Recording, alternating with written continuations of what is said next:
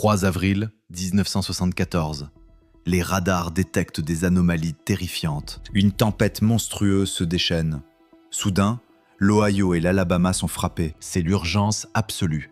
Un désastre sans précédent, du jamais vu de mémoire d'homme. 140 tornades s'embrasent à une vitesse défiant toute logique. L'Amérique est prise de court. Un sillage destructeur de 3 pâtés de maison. Mon gendre et le bébé sont à la morgue. Ma fille reste introuvable. Son corps est évaporé. Ce qui suit va marquer la nation à jamais. Tous les 40 à 50 ans, les conditions météorologiques les plus instables s'alignent. Un déluge de tornades s'abat soudainement dans un intervalle de temps record. Ce phénomène cataclysmique porte un nom, le Super Outbreak. L'Amérique en a connu d'autres, en 1925 d'abord, puis en 1965. Mais rien ne pouvait préparer le pays au choc colossal de ce Super Outbreak de 1974. Un rugissement assourdissant a tout balayé. C'était une horreur absolue. Les premiers signes du chaos surgissent dès le 1er avril. Une tempête printanière surpuissante s'éveille au-dessus des plaines d'Amérique du Nord. Elle fonce vers les vallées du Mississippi et de l'Ohio. Le choc brutal entre air chaud et froid galvanise le système. Le décor d'un carnage imminent au sud et dans l'Ohio est posé. Durant 48 heures, une escouade de tornades s'abat sur la région. Des F2 et F3 ravagent le Kentucky, l'Alabama et le Tennessee. Campbellsburg, au Kentucky, est rayé de la carte par une tornade F3. Les experts prévoyaient le pire pour le 3 avril.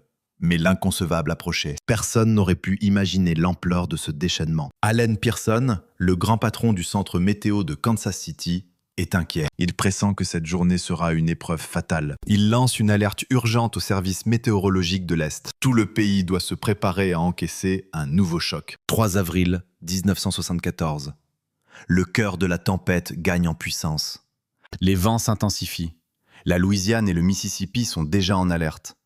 L'Alabama subit déjà des rafales à près de 100 km/h. À 11h30, la première alerte critique est enfin lancée. Le Midwest et la vallée de l'Ohio entrent en zone rouge. L'atmosphère devient électrique. L'explosion est sur le point de se produire. Des orages massifs venus d'Arkansas foncent vers l'Ohio à une vitesse fulgurante. C'est le signal. La première vague de tornades va s'abattre sur la nation. Tout commence maintenant. Relancez l'alerte, tout de suite. Évacuez d'urgence. Fuyez les mobile homes. Cherchez un abri sûr immédiatement. Une pluie de tornades commence à dévaster l'Indiana sans aucune pitié. Mais l'horreur qui frappe une heure plus tard dépasse tout entendement. 14h16. Un monstre touche terre au sud de Huffman. Instantanément, une demeure est broyée. La faucheuse réclame sa première victime. C'est le début d'une chaîne meurtrière de 5 tornades nées d'une supercellule. Un sillage de morts de l'Indiana au Kentucky jusqu'à l'Ohio. Quelques instants plus tard, le monstre atteint enfin Branchville. 2 passagers sautent du bus pour se jeter dans un fossé. Mais la tempête soulève le véhicule à 15 mètres avant de le projeter sur eux. L'un survit par miracle. L'autre est fauché par le destin. Le monstre poursuit sa traque mortelle, atteignant une puissance de niveau 5. Son ombre s'étend sur un mile entier, en entrant dans le comté de Crawford. Un chaos absolu s'installe alors que le vent dévore les fermes isolées. Il frappe enfin le sud-est de DePaul, réclamant une nouvelle vie. Malgré cette furie, aucun entonnoir n'est visible à l'œil nu. Seul un mur de vent violent déchiquette tout sur son passage. C'est pourquoi Gene Hansby ignore le danger face à ces nuages épais. Soudain, l'enfer se déchaîne. Il court se réfugier sous la structure de la maison. Acculé dans un coin, il faisait face à la tempête avec sa femme. Mais quand la tornade surgit, il réalise que ce vent n'a rien d'humain. Il s'abrite in extremis dans la cave alors que la maison est arrachée. Pensant leur fin arriver, ils ressortent miraculeusement indemnes des décombres. Je nous voyais déjà emportés, mais la chance nous a épargnés. À Martinsburg, le spectacle de désolation dépasse désormais tout entendement. Sur 48 habitations, 38 ont été littéralement rayées de la carte. Les journaux diront plus tard que la ville a tout simplement cessé d'exister. Le fléau fonce vers l'est, écrasant les foyers de Daisy Hill. Il perd enfin de sa force près de New Liberty, vers 15h25. Ken, la tornade a frappé en plein après-midi, juste avant l'orage sur Louisville. Elle a tracé un sillon d'1 mile de large entre Dupont et Palmyra. Puis elle a déferlé sur les terres de Borden et Martinsburg. La police d'État confirme l'effroyable vérité. Martinsburg est désormais un champ de ruines. 37 maisons du secteur de Daisy Hill ont été pulvérisées. Le bilan est lourd. 1 mort et 41 blessés graves. En 1 heure, la bête a gravé 62 miles de pure dévastation. 6 vies fauchées en Indiana.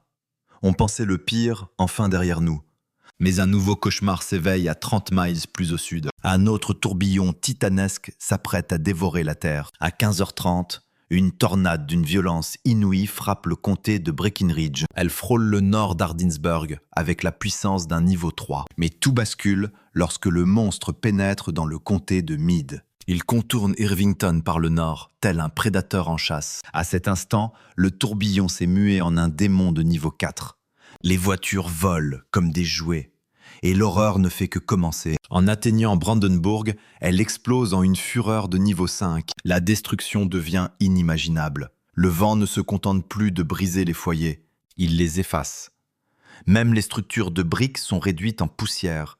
Dire que c'était une tornade serait l'euphémisme du siècle. Un fracas de fin du monde, comme si des milliers de bombes explosaient. Le vent hurlait si fort que le monde entier semblait se déchirer. Le massacre culmine à Green Street, où 18 personnes meurent instantanément. La tornade a tout balayé, avec une force purement démoniaque. Soudain, un rugissement terrifiant a déchiré le silence pesant. J'ai cru voir une colonne de fumée s'élever derrière la colline. C'était en réalité un mur de ténèbres balayant l'horizon. Mon petit-fils, pétrifié, m'a demandé quel était ce cauchemar. Je lui ai menti en parlant d'un train pour le rassurer. Puis l'impact a tout emporté, ne laissant que le néant. Après avoir dévasté Brandenburg, le monstre s'est éteint à 16h22. En 52 minutes, la tornade a réduit des vies en cendres. 31 âmes ont été fauchées dans son sillage meurtrier. C'était l'un des phénomènes les plus violents de cet apocalypse. Le seul classé F5 dans toute l'histoire du Kentucky. À 16h, le chaos est devenu totalement incontrôlable. La bête se préparait à déchaîner toute sa fureur destructrice. Sur les radars, la tempête bouillonnait comme un enfer. Des supercellules exposées partout,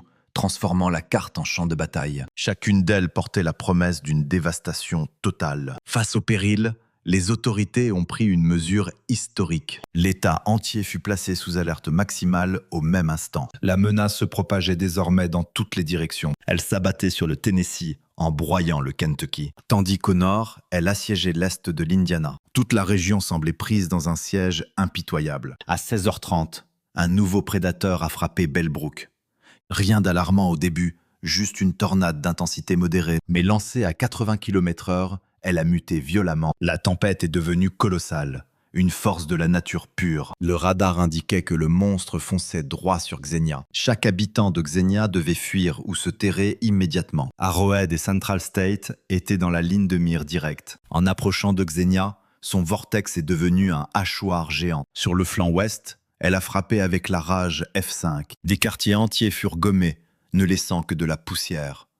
Windsor Park et Arrowhead ont été simplement rayés de la carte. Pourtant, le pire ne faisait que commencer pour la ville. 10 minutes après, le cœur de Xenia était atteint par l'enfer. Commerces et églises ont été pulvérisés en quelques secondes seulement. Maureen Clark répétait une pièce quand le destin a basculé. Soudain, une amie a fait irruption, le visage totalement décomposé. Elle revenait en voiture quand elle a vu l'abîme s'ouvrir. Ils sont entrés en hurlant que la mort arrivait sur eux. Son cri d'alerte a glacé le sang de tous les élèves. Par la fenêtre, un titan de vent dévorait déjà la rue. Un fracas ferroviaire a instantanément envahi chaque recoin du lycée. Ils ont couru vers le couloir juste avant l'impact final. Comprimés comme un accordéon, ils furent soulevés avant d'être projetés. C'était leur jour de chance. Un bus scolaire fut projeté sur scène, là même où ils répétaient. Tous les élèves survécurent, mais le bâtiment scolaire fut frappé par un coup irréparable. Alors que la tornade déchirait le cœur de Xenia, sa puissance devint presque surnaturelle. Elle percuta un train de marchandises,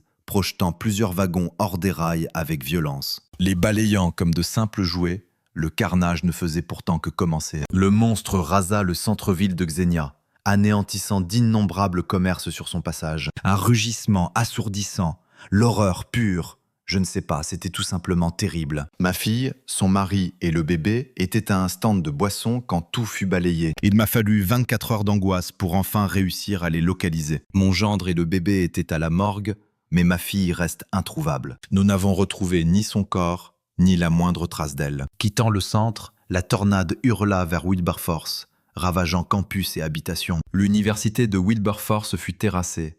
Et même Central State ne fut pas épargné. Le campus subit des dégâts structurels majeurs après 30 000 de dévastation totale. Le vortex finit par se dissiper près de South Vienna, dans le comté de Clark. Bien qu'elle n'ait touché le sol que durant 39 minutes, elle fit plus de victimes que la F5 qui avait détruit Brandenburg. Les habitants de Xenia contemplaient leur tragique destin, frappés par l'incrédulité. 34 vies furent emportées et plus de 1000 blessés jonchaient les décombres. La tornade de Xenia devint la plus meurtrière de cette vague de super tornades. Xenia était si dévastée que le docteur Fujita la classa d'abord F6+1. Plus qu'un simple scientifique, il était le maître incontesté de l'étude des tornades. Pourquoi un homme si rigoureux utiliserait-il une catégorie qui ne devrait même pas exister? Fujita avait passé des décennies à décrypter les cicatrices laissées par ces monstres. En 20 ans, il forgea une nouvelle méthode de classification, l'échelle de Fujita, allant de la légère F1 jusqu'à la catastrophique F5. Pourtant, ses pairs rejetaient sa méthode, la jugeant étrange, voire peu scientifique. Puis vint Xenia, une destruction dépassant tout ce qu'il avait pu documenter jusqu'alors. La structure multivortex de la tornade dessinait des motifs défiant toute logique connue. Même Fujita ne put se résoudre immédiatement à la classer en F5. Durant des jours, il arpenta les ruines, cartographiant chaque débris du désastre. Son verdict initial tomba. Nous étions face à une F6. Mais après avoir analysé les photos aériennes, il finit par se rétracter. La F6 resterait théorique.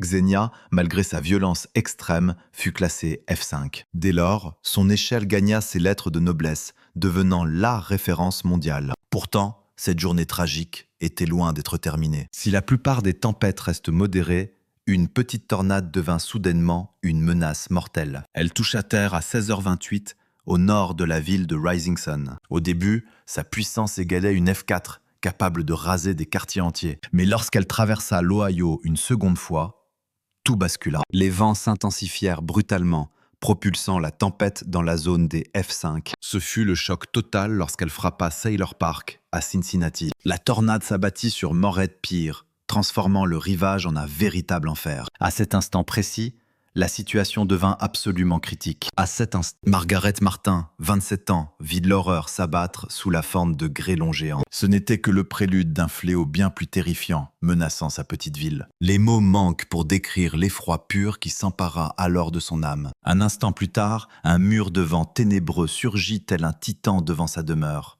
Margaret crut sa fin venue. Mais le cri d'un voisin déchira son silence mortel. Sortant de sa stupeur, elle saisit sa fille et fonça vers l'abri de fortune. La tornade faucha tout en un éclair, ne laissant derrière elle qu'un champ de ruines. Quelques vitres brisées nous firent croire un court instant que nous étions enfin sauvés. Mais une fois dehors, le spectacle d'apocalypse qui nous attendait dépassait d'entendement. Porté par une puissance de catégorie F5, le monstre dévasta le cœur de Sailor Park. Là-bas, l'annihilation fut totale, frappant de plein fouet les quartiers bordant le lac. Des rangées entières de maisons furent arrachées de leurs fondations par cette force colossale. Il ne restait que des dalles nues.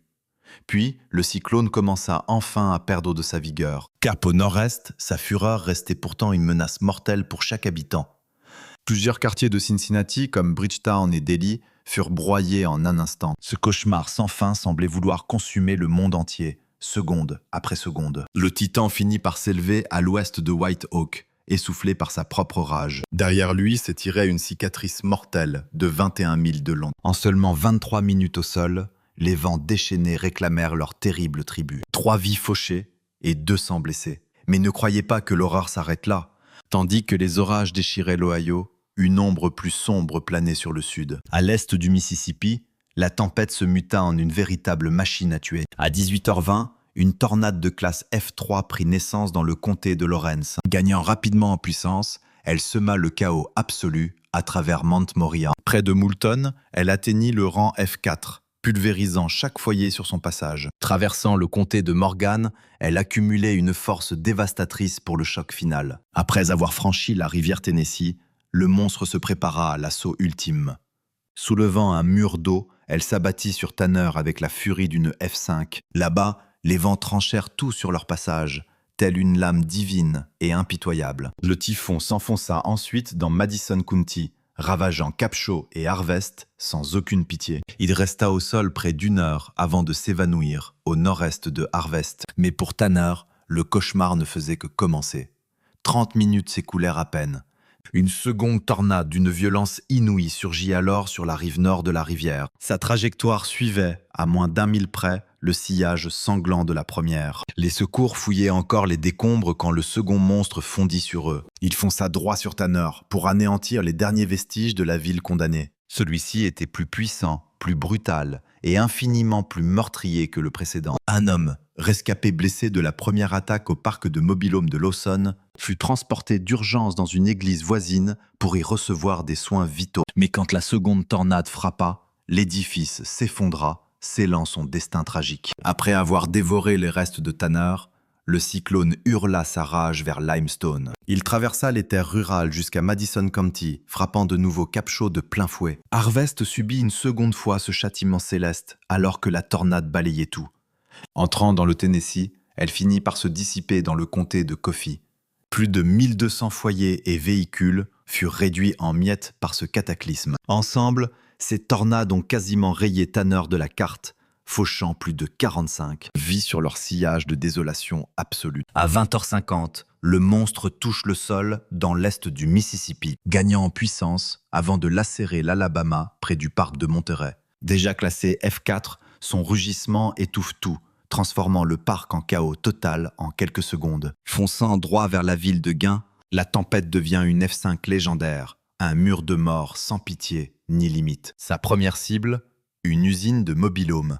Après son passage, il ne restait qu'une dalle de béton vide. Puis, la tornade s'est abattue sur le centre de Gain, broyant tout sur son passage. Keith Miller, 7 ans, connaissait les abris, mais ne pensait jamais devoir s'y terrer. Soudain, sa mère a fait irruption dans sa chambre, paniquée. Son visage reste gravé dans ma mémoire. Ses yeux brillants de larmes m'ont marqué à jamais.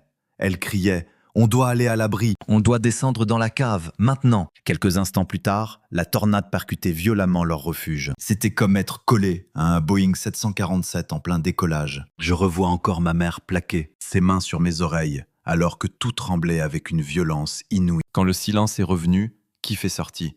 Sa ville n'existait plus. La dévastation était telle que l'expert Bill Herman décrivit Gain comme 6 quartiers entiers ayant été littéralement balayés. C'était le pire carnage imaginable. Cette nuit-là, 23 personnes ont péri rien qu'à Gain. Laissant derrière elle un champ de ruines, la tornade F5 s'est ensuite abattue sur la petite communauté de Twin, puis sur Delmar, laissant 5 autres morts dans son sillage sanglant. Devenue large d'1 mille, elle a ensuite lacéré la forêt nationale de Bankhead, rasant les sommets et dévastant les vallées les plus profondes. Une fureur telle que la cicatrice laissée sur la forêt était visible depuis l'espace. Le démon s'essouffle à 22h55 après un périple de 79 540 bâtiments détruits. Ce super outbreak de 1974 n'était pas qu'une tempête. C'était un tournant tragique dans l'histoire des catastrophes américaines. En l'espace de seulement 24 heures, le pays affronta l'inédit. 148 tornades sur 2500 milles. Le plus terrifiant restait l'incroyable puissance de ces tourbillons de mort. Sur 148 tornades, 30 F4 et 6 F5 ont anéanti des cités entières, marquant le record de violence pure jamais enregistré en une seule fois. Au lever du jour, 335 vies s'étaient éteintes et 6000 blessés gisaient. Pour ceux qui ont survécu, ce jour restera un chapitre sombre qu'ils porteront jusqu'à leur dernier souffle. Les secours s'activent déjà. Des milliers d'ouvriers et de citoyens tentant désespérément de reconstruire ce qu'il reste de leur ville. Billy, qu'as-tu vu en arrivant ici cet après-midi? Tout est dévasté. Reste-t-il au moins quelque chose dans ces ruines? On essaie de sauver ce qu'on peut, mais c'est pire qu'il n'y paraît. Les gens ont tout perdu en fuyant. Le fracas d'un train titanesque déchirait l'air. Nous étions piégés sous son ombre mortelle. Une vision d'horreur absolue que je ne souhaite plus jamais croiser de toute mon existence.